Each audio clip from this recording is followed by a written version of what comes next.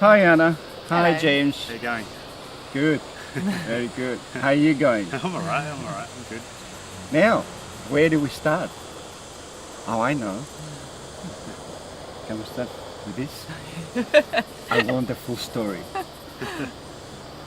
The motorbike Probably trip. the other side is probably a better image Oh, to this one. describe. Oh my God. Oh my God. I didn't know you went through China. Oh, wait. I better let you tell the story. Now listen to this. All right. Who's starting? James. Me? Okay. You were the driver, weren't you? I was the driver, but we had the organizer and trusty sidekick Anna there as well. So Anna, go, explain. So it bounced from Harry to James to me. Okay. So we started the journey in 2013. We went through 27 countries and we've done 55,000 kilometers. Hang on. Let's explain. That was on a motorbike. On a motorcycle, Yes. yeah. On a motorcycle. Now, one the motorcycle. it was something quite impressive. It wasn't just a motorcycle. It was a Honda. What was it? Yeah, it's just there. Just you there. You can't see it, but it's a Honda Transalp 700cc. Yeah. So Kind it's of a like a- European mountain bike. Yeah, it's designed and built for European mountain roads. I can sense a bit of a British accent there. Yes, so the story behind that is I moved to the UK when I was quite young, so 19 or 20 years old I think I moved to the UK, and we met each other I think pretty much straight after I moved there, so about 3 months of being in the UK I met Anna, and I was there total probably about 10 years, so 20 years in Australia I guess, and another 10 years in the UK, so I've got a kind of mixed Australian kind of British accent. Okay. And then you decided to come back to Australia. Yeah, so my family obviously here, so after a little while we decided, you know what, London's a great city, Europe's great, obviously Anna's family's there as well, but we thought we'd give Australia a try. We spent 20,000 for the whole Probably Australian journey. dollars, yeah. And how long? 14 months. It's Carter. 14 months. 14 months. 14 altogether. months. So 14 months, And that was only 20,000. 2 people travelling on a motorcycle, 20,000. I mean, you'd spend more Yeah. than that just living in But we Sydney. had a budget Yes. of $4 a day. All so, right. Oh, for certain things, you know. Yeah. So every day. $4 a day. $4 For like a day. Including fuel? No, that was for like food or what was accommodation or something. Yeah. But Yeah. when you go through, I don't know, Mongolia, Russia, because we camped all the way, we only stayed in probably hotels Southeast Asia. yeah, in Asia because it's super cheap.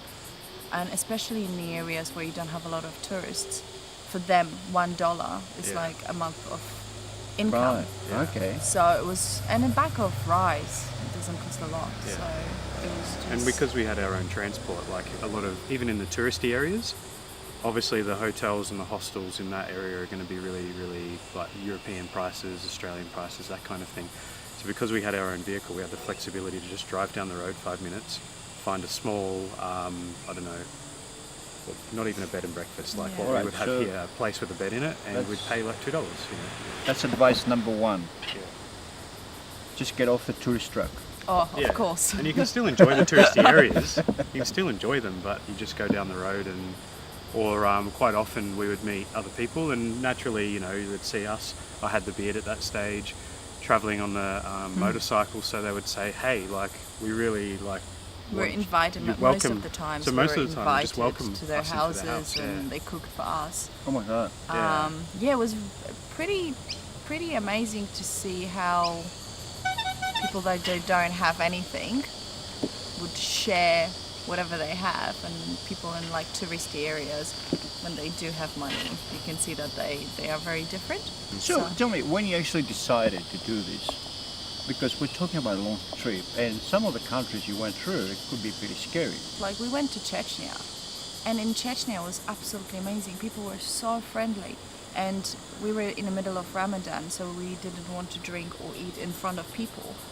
But we got roast chicken in the middle of the day. The lady gave us a chicken, and she's like, you know, packed it for you, like cared for us. And Yeah, they understand that Like- obviously we're not the same religion, so they respect our choices and values. Yeah. I mean, the difference is when you're in a city, you're obviously going to have city problems like theft and pickpocketing and crime and all that kind of stuff. So we would very rarely spend any time in the city. It would just be maybe to sort out visas or to, literally. I think we went to Turkey, didn't go to Istanbul.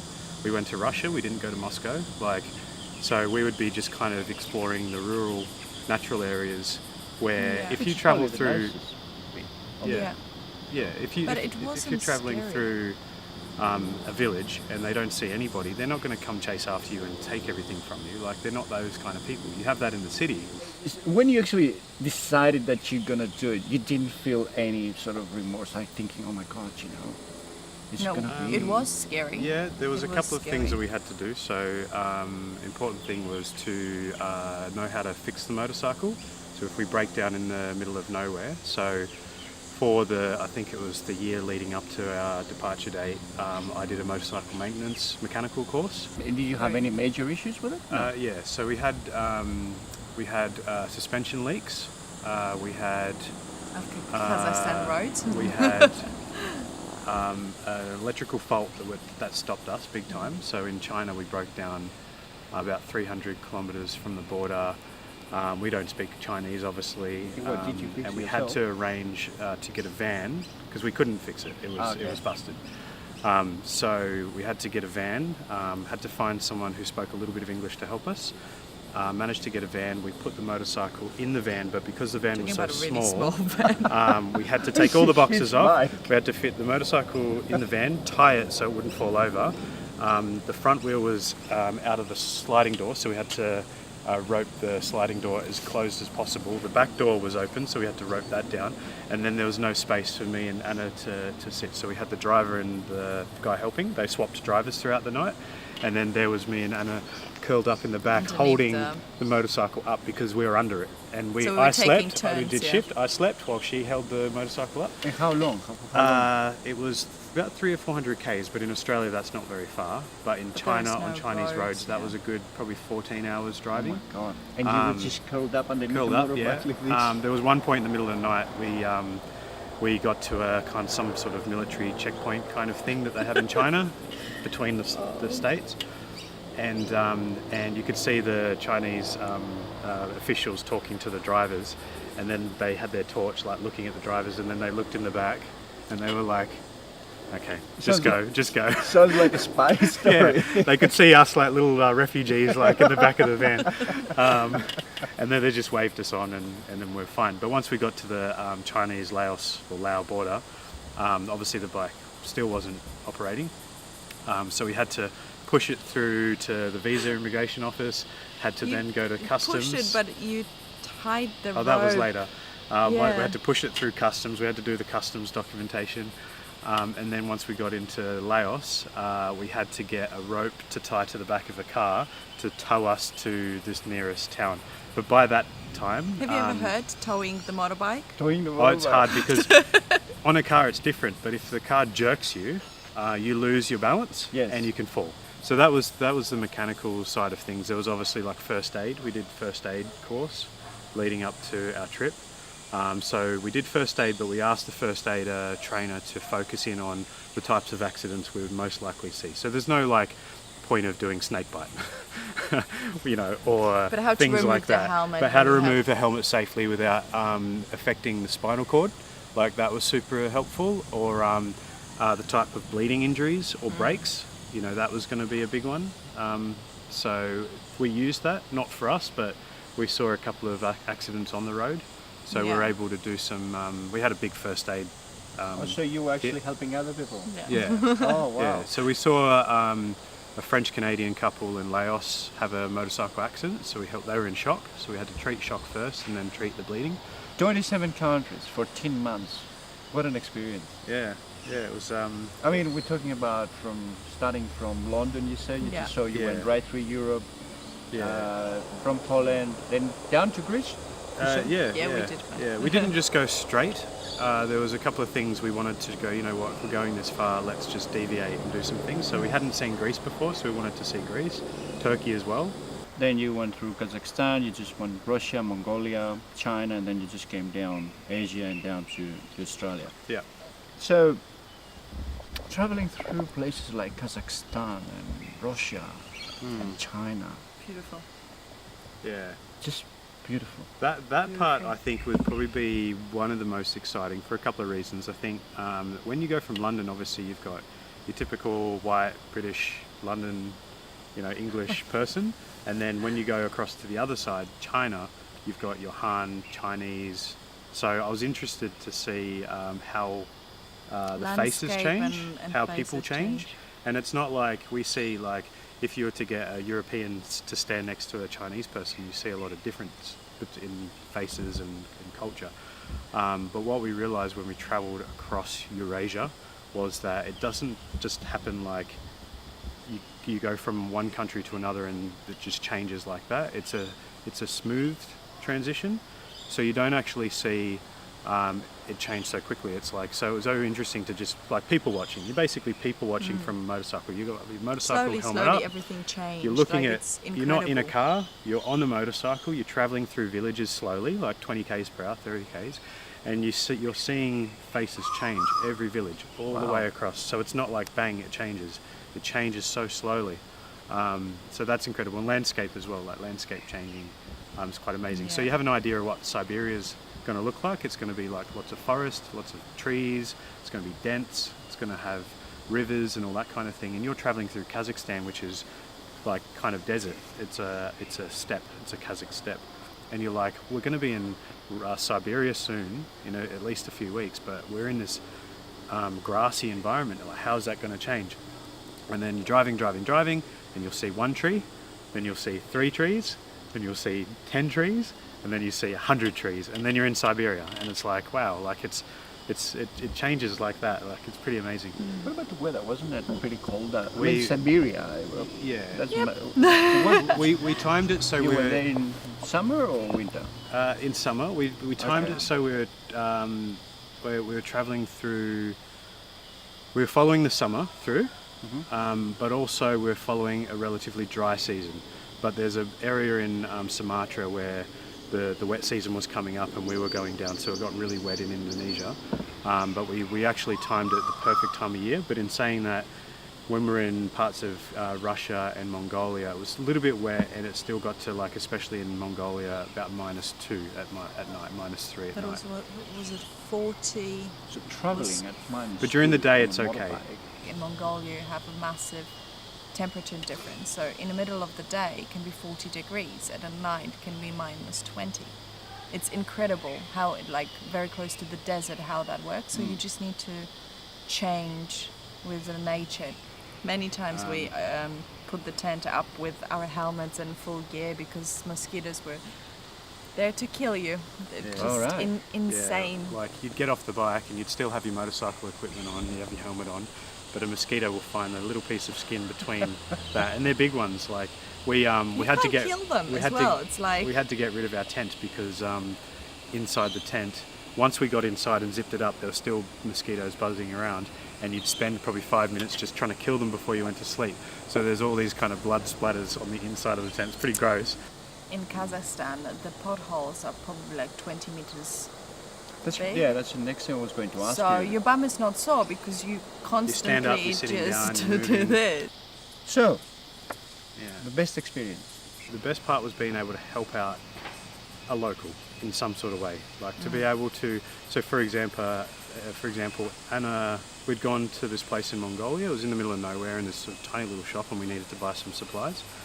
So we, I was outside just waiting by the bike. Anna went in to do some grocery shopping. So we saw this homeless person who was sitting there, and Anna had just come out. She'd bought the food, and I just said, "Oh, Anna." Like, she went to give me some food, and I said, "I don't feel comfortable eating here because there's someone who's really, really hungry." So Anna, without even thinking, she just picked up the bag that she just bought, went over and went to give it to the man, and he was like, obviously he didn't speak English, he was speaking Mongolian, but he was basically saying like, no, I don't want this, it's yours, please take it. And Anna was like, no, it's yours. So he kept trying to give it back to us, and we're trying to give it back to him. And in the end, he was so grateful, like he was so happy. He was like, "Oh my God, like this is so amazing." So Anna went straight back into the shop again Bought and exactly bought the the same exact thing. same stuff. And the shopkeeper must have thought like, "What are you doing? What are you doing?" But it was like being able to help like local people in some sort of way, not because we're like, you know, we wanted to do it to make ourselves feel good. It's very easy to travel and to just go to touristy places that people who already have money are going to charge you ridiculous amounts of money, or other travelers. There's other travelers who want to travel so cheaply that they're actually okay with just, you know, not taking advantage, but staying places for free, eating people's food, and then thank you, and then taking off. So in some sort of way, the best part of it was to be able to go, you know what, like, you've helped me, you've asked for nothing in return, and we want to give you a gift. For me, that was the best, hands down. That was really good. Worst? Maybe the breakdown? The breakdowns, Sounds like it. always, No. yeah. No, Yeah. I think everything was 14 hours just crawling underneath the motorbike, that's nothing. holding It's it so like- it doesn't fall on your Yeah. head. the ferry that we missed sounds sank, so 50 terrifying. people died. Hang And we're on. supposed to. What's that? So there is a lot. Hopefully, Mum is not going to watch that. Yeah. There's a lot of things that happen on the road that was dangerous, or we could die, but we didn't. And there was our preparation for the trip was very important because, you know, 55,000 kilometers, not even one like accident, nothing happened apart from maybe a food poisoning twice. We're fine. So What's the story with the ferry? That yeah, we missed the ferry, and the ferry that we you supposed missed the ferry? we missed the ferry because we You were didn't going actually from one. make it? We're driving up and down the island. We couldn't find this ferry, so we ended up missing that ferry. That ferry, because it was during Easter time, was overloaded. Everybody was trying to go back because that area, there's a lot of Catholics. Flores used to be Dutch and Portuguese, so there's a lot of Catholic religion there. So everybody goes for the march that they have during Easter. So naturally, that ferry was completely overloaded. That one sunk going back to Flores. So had we have found it and got on it, we would have sunk. We would have lost the bike, maybe died, maybe not. Yeah. Not everybody died, you know. Some people did. People who couldn't swim, naturally, sadly. But the bike you would be in the middle of. But some people got ocean. rescued. But it was overloaded. Like all ferries were overloaded. Okay, Yeah, so it's pretty scary. what would you say to some other adventurous people that are watching right now? Would you say Do it without Yeah, do it. waiting. Do Even it. though there's danger and whatever, like do it. Absolutely. I'd do the exact same trip again, even with the dangers, with everything Yeah. that went wrong. But would it be better with a car? No. No, I think there's some people that do it in a car. You can do the Mongol Rally, for example. Go to England, buy a car, drive it all the way to Ulaanbaatar in Mongolia, and then they give it to charity. It's like the yearly Mongol Rally. That's fun. Yeah, but Um, it's a very. When you're on a bike, you feel like people see you as being vulnerable to the nature, to everything around you. Yeah. So when Oh, okay. you're in a car, That's they interesting. are not as friendly and not kind of Yeah. want to help you. So And when your you bike looks different. It doesn't look like a car. A car Yeah. looks like if you're in a little Mazda 3, they have Mazda 3s out in Asia, so you're not going to stand out. But when you're on a motorcycle with panniers and you look adventurous, then they're going to approach yeah, you. but people will help you more Yeah. on the motorbike. Okay. And the other thing is that when you're travelling by motorcycle, it's quite easy to pick up if there's a problem. With the van, for example, had we have broken down in a car, maybe we could have towed it. Towing would have been easy, but not for 300 k's, I wouldn't think. So, yeah, with a motorcycle, like for example, if you get bogged in a car, you're stuck. A couple of times we got bogged in on the motorcycle through mud. Just tip it over, drag it out of the bog, put it back up, keep driving. Okay. You know. So if it's a car, it should be a four-wheel drive then. Yeah, even still though, then you've Well, got the to thing have is, all you the know, the equipment. car you could have a car, maybe it's just a four-wheel drive like a station wagon. You can even sleep in it and you'll be more comfortable. Yeah, but you'd spend more than 20,000 if you had You spend more. Yeah. So if you have a bigger budget, yeah, just take a four-wheel drive.